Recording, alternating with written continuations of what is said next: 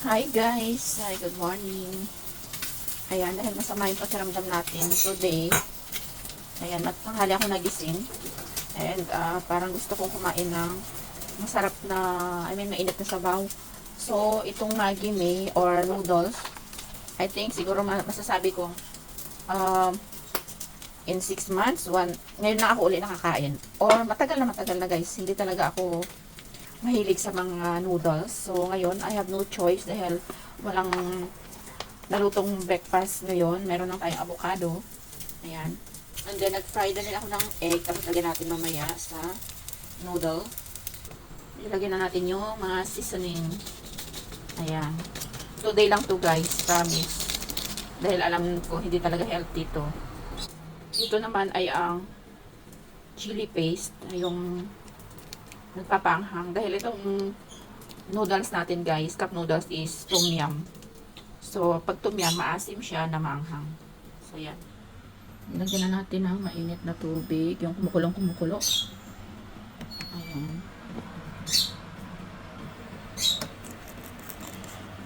So, i-cover muna natin yung lid niya ng mga 5 minutes. Or, lagyan natin ito sa taas. Nagpapaging today guys. Salam na natin yung bintana. Makasap yung mga usok.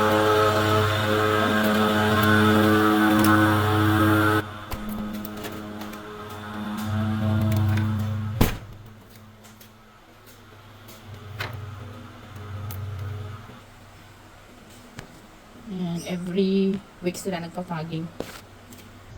Gagawa lang tayo ng coffee guys. So, ang gamit ko ay milk. Hindi ako masyadong magamit ng 3-in-1 dahil matapang at maraming sugar. Oh. And then, i-reheat lang natin sa microwave. So, ito na nga guys. Luto na itong ating noodles, no? So, meron akong isang kanakot na cilantro. Lalagay ko dyan sa mahilig ako guys sa coriander or cilantro. Tsaka talagang kinakain ko lang to ng fresh. And then meron tayong fried shallot or onion. Lagyan na natin para pampasa. And then ayan guys, lagyan na rin natin yung ating egg na pinirito kanina. So ayan. Meron na rin siyang halong healthy din. Ayan. Gagawa lang tayo ng ating coffee. Ito mainit na yung ating mainit na yung ating gatas. Ang ginagamit ko guys is coffee powder. Ito yung talagang brand na ginagamit namin. Ayan. And then, konting muscovado sugar. Ayan lang. Ayan. Tapos meron tayong avocado. That's it guys. Okay guys, ito na yung ating breakfast. It's it. Kainin ko muna yung avocado. Kasi para hindi naman tayo mabigla sa noodles.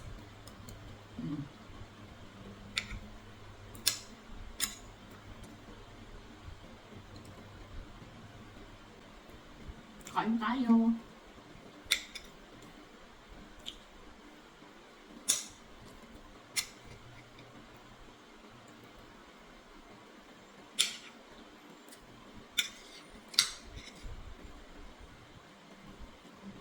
Sarap nitong avocado. Malagkit siya. Wala akong kutsara. Para sa sabaw. Ay, patay. Hindi lang marunong mag-chopstick. Ito yung ating itlog. Let's bite.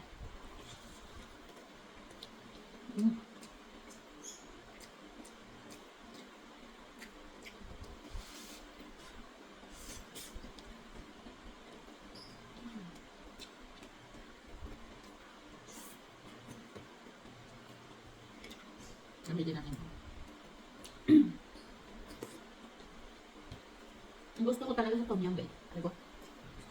Sa tom yum guys, ay yung sabaw. Maasim-asim.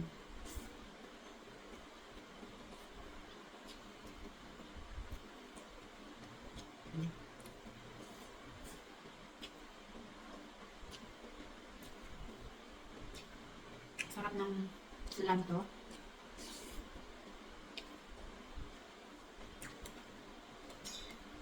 May singaw.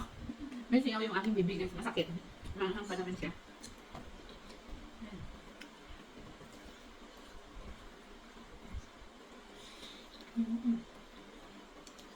Oo nga pala guys. Dito tayo habang kumakain. Kamusta yun sa Pilipinas yung ano, yung epekto ng price increase. Balita ko talaga yung demand na yung ano dyan. Babalik lang din namin galing Pilipinas. Nung nagtatap up kami ng gasolina, talagang mataas na talaga siya isa.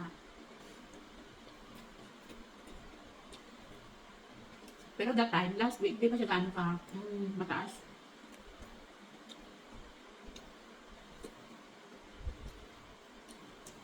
May napanood ako kung sinasabi ni Dr. Willie Ong na hindi natin alam kung ano mangyayari. Ang sarap ng kape ko guys. Kaya ang sabi niya, mag-imbak kayo ng pagkain.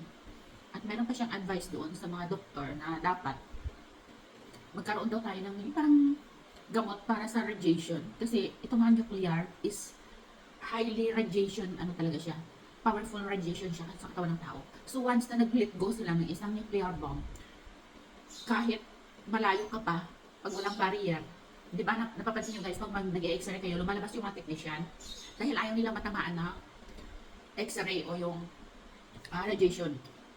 So, itong nuclear is napakalakas ng radiation yan. Yung mga x-ray siguro mga minimal lang siya, mga 0.something% lang. Pero still, pag expose ka, hindi siya maganda sa katawan. It's causing cancer, so mga ganyan. Okay.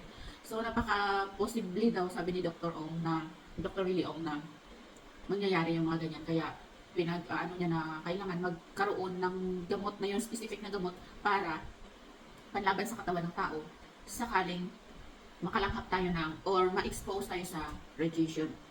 So, most of the people talaga hindi alam. Kahit ako rin, hindi ko rin alam. Doon ko lang napanood talaga na nalaman na yun pala yun ang effect ng mga nuclear dahil sa taas ng radiation na kukos ng ng bomb na yan. So, imagine mo, pag lahat ng pag nagbitaw sila niyan sa isang lugar, ilang libong tao ang maapektuhan.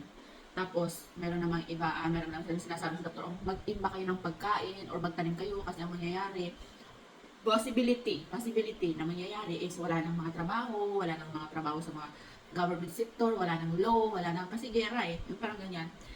Open natin yung mind na lahat ng possibilities na pwedeng mangyayari is nakahanda tayo. Yun, pumasok sa isip ko, hala, uwi na lang tayo sa Pilipinas.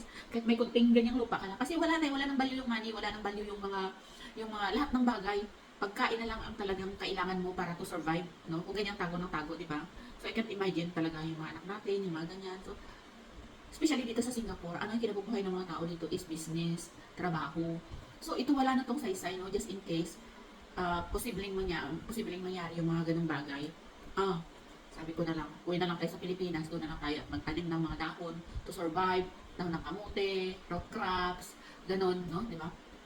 Pero sana wag naman. Yung so pray tayo guys, na wag sana mangyari. And sometimes, isang tao lang, no? Causing the world miserable sa panahon ngayon. Nakakalungkot lang na parang it's supposed to, magiging peace na tayo, no? Dahil tayo, may mga edad na, okay lang. Pero yung mga bata, yung mga new generation is talagang may experience nila yung mga ganitong mga kahigpitan sa mundo. Hindi nila deserve to na supposed tayo mag-prepare sa kanila sa magandang buhay. What the government, the country doing na sila ang sumisira sa future ng mga kabataan. Ay, hindi ko alam guys. Sometimes, nagko-conclude na ako sa isip ko, ang evil talaga is nandito na sa mundo. Yung parang sinasabi mo, andito na talaga yung namamayagpag na talaga alam mo yun, namamayagpag talaga yun. Compare mo sa last time na ng mga panahon, dito lahat ng masamaan na experience na ng lahat na ng karumal-dumal, makikita mo. Alam mo yun, yung parang wala na, is, hindi mo na alam kung anong mangyayari next na kawawa yung mga biktima. Basta guys, yun lang kasi ang iniisip ko, no? Hindi lang talaga sa, yung mind ko kasi is 100 meter na sa advance.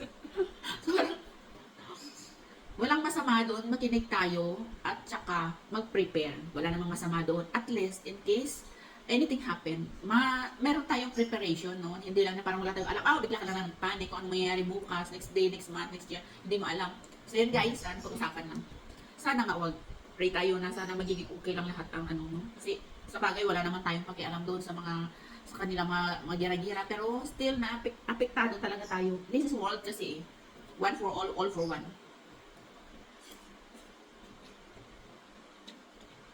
Kayo guys, anong mga opinion nyo? Ano ang mga makukomment nyo sa nangyayari ngayong panahon?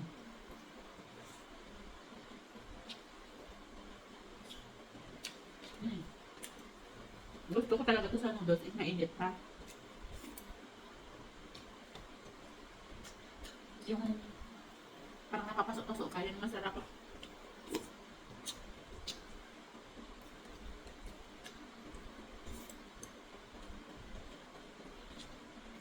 So yun guys, babay muna ako. Tapusin ko lang itong kinakain. Thanks guys!